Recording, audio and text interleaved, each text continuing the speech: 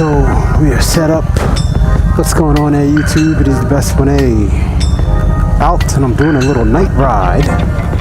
And actually, this would, I want to say, would be the second video that I shoot in response to our good old buddy Blue Bike and Doyle. And you know, he did a video talking about night riding. And I gotta say, I do tend to...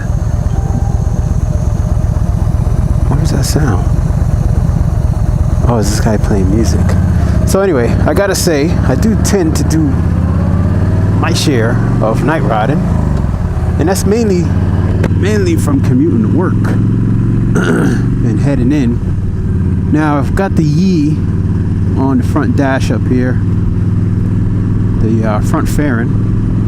And it's a little chilly tonight, so hopefully that's doesn't cause an issue for that ram suction cup up there. But I had to clean off the fairing and kind of check to make sure that it was actually sticking decently. It seemed like it was, so I think it should be all right. For some reason, temperatures dropped a lot. It was really nice earlier, but then it kind of just dropped. Anyhow,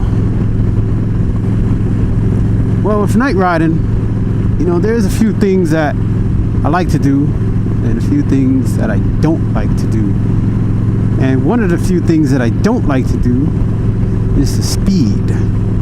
Well, that's one of my few things I don't care for doing, especially if I'm on a road where there's a lot of what I want to say, openings or areas that traffic can basically merge onto the highway.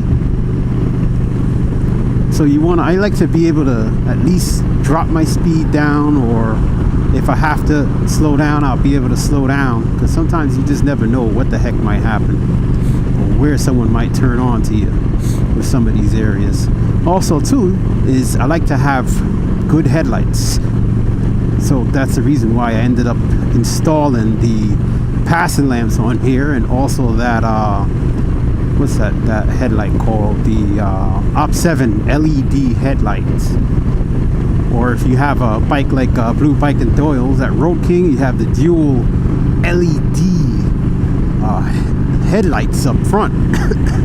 And they provide a lot of light for you at night. So I mean, as you can see, hopefully the Yi will actually get this out, show this up really nice for me. You know, you can see pretty nice. The sides are pretty well lit, and I can see, you know, decently. And you know, I can see a lot of the imperfections in the road, if there are any imperfections. Now, one of the things also that really helps is if you know the route. So if you know the route and you're pretty much familiar, you've been riding that route for a good while, you're gonna end up knowing where a lot of the imperfections are, where a lot of the should I say, like ruts or maybe some bumps and such.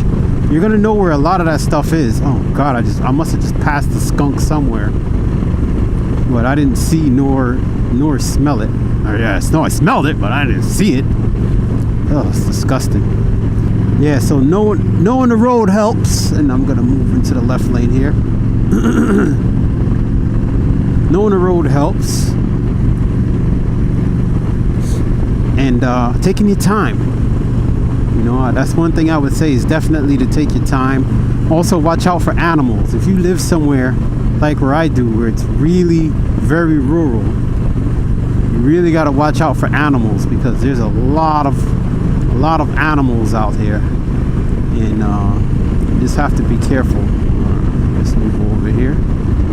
So you just have to be careful. Anyhow, so that was the first portion of you know, the night riding, man. You know, I find night riding really peaceful. You know, I really like it. You just have to keep your wits about you. Pretty much the same as day riding. Just keep your wits about you, you know, especially if you're in a busy town or a busy city. just try and keep your wits about you, and of course, yeah, you can enjoy yourself. You can have a decent ride to get to where you're going. All right, so we're gonna log off here, and I'll come back on in a little bit when we get to another stretch of road that I like to go through.